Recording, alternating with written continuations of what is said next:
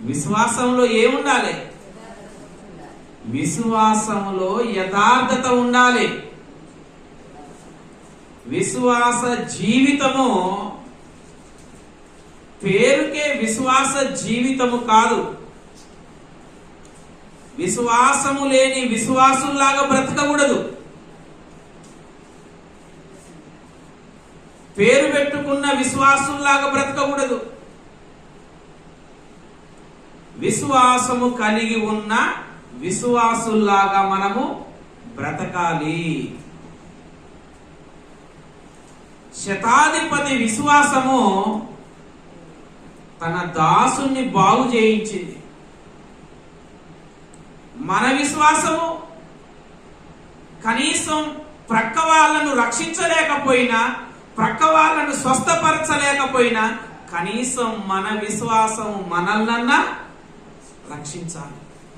ఒక విశ్వాసిలో ఉన్నటువంటి విశ్వాసము, ఆ విశ్వాసం చేత అతడు రక్షించబడకపోతే అతడు విశ్వాసిగా పిలువబడడం ఎందుకు? అతన్ని రక్షించలేనటువంటి విశ్వాసాన్ని అతడు కలిగి ఉండడం ఎందుకు? యేసుక్రీస్తునందు ఉంచినటువంటి విశ్వాసం ఎలా ఉండాలి అంటే, దేవుని దగ్గరికి నీ విశ్వాసం నిన్ను నడిపించేదై ఉండాలి. నీ విశ్వాసము నిన్ను దేవుని దగ్గరికి నడిపించిన తర్వాతకి ఇక ఆ విశ్వాసంతో పని లేదు.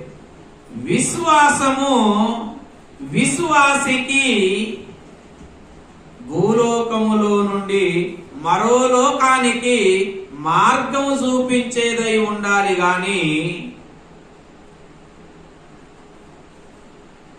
అలాంటి విశ్వాసం ఎలా వస్తది అంటే, ఏ విశ్వాసి అయితే క్రియలు కలిగి ఉంటాడో ఆ క్రియలు ఆ విశ్వాసిలో ఉన్న విశ్వాసానికి ప్రాణం పోస్తాయి. విశ్వాసి తనలో ఉన్న విశ్వాసాన్ని బ్రతికించుకోవాలి అంటే క్రియలు చేయాలి. ఆ క్రియలే విశ్వాసిలో ఉన్నటువంటి విశ్వాసానికి ప్రాణం పోస్తాయి.